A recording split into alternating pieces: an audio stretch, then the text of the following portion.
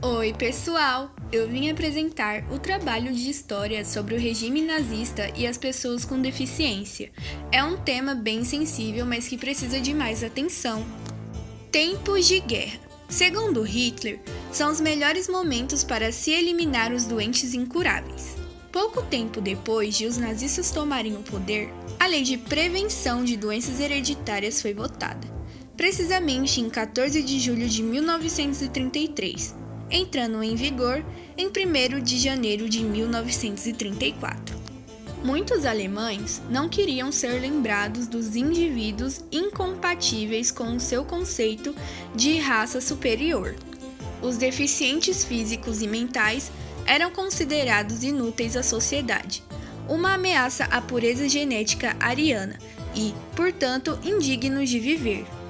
No início da Segunda Guerra Mundial, indivíduos que tinham algum tipo de deficiência física, retardamento ou doença mental eram executados pelo programa que os nazistas chamavam de T4 ou eutanásia.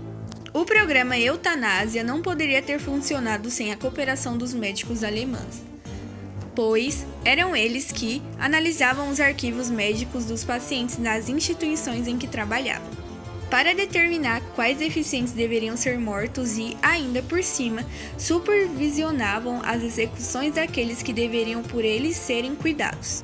Os pacientes condenados eram transferidos para 6 instituições na Alemanha e na Áustria, onde eram mortos em câmaras de gás especialmente construídas para aquele fim.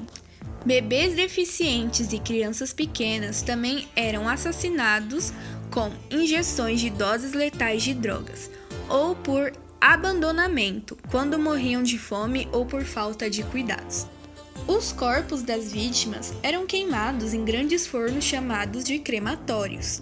Apesar dos protestos públicos que se iniciaram em 1941, a liderança nazista tentou manter o programa em sigilo durante toda a guerra. Cerca de 200 mil deficientes foram assassinados pelos nazistas entre 1940 e 1945.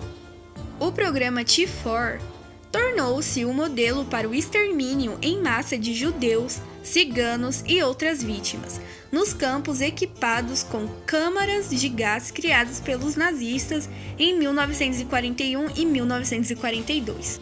O programa também serviu como centro de treinamento para os membros das SS, que trabalhavam nos campos de extermínio. O programa ocorreu oficialmente de setembro de 1939 a agosto de 1941, mas continuou de modo não oficial até o fim do regime nazista em 1945.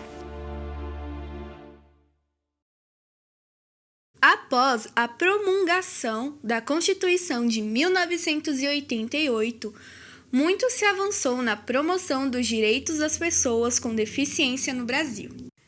Antes tratados como seres incapazes e inválidos, sem cidadania reconhecida, agora as PCD possuem garantias legislativas que visam a sua proteção e o respeito à sua dignidade. Mas, apesar dos direitos previstos, ainda há muitos esforços a serem tomados para que eles sejam efetivamente implementados. A superação da invisibilidade e a luta pelo fim da discriminação marcaram a trajetória das pessoas com deficiência no país, que ainda necessitam atingir a sua integral autonomia, em um processo de eliminação de desigualdades e de total inclusão social. Esse é um dos objetivos do Estatuto da Pessoa com Deficiência, o mais recente e relevante documento para PCD no Brasil.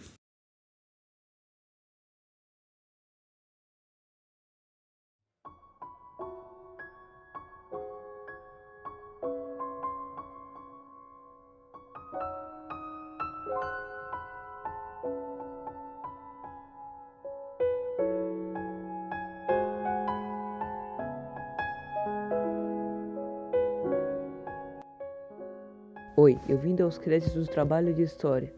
Bom, porque, né? Então, eu, João, fui responsável pela edição de vídeo. A Gabi fez o áudio. A Ana e a Ju foram responsáveis pelas pesquisas. Então é isso aí. Um forte abraço.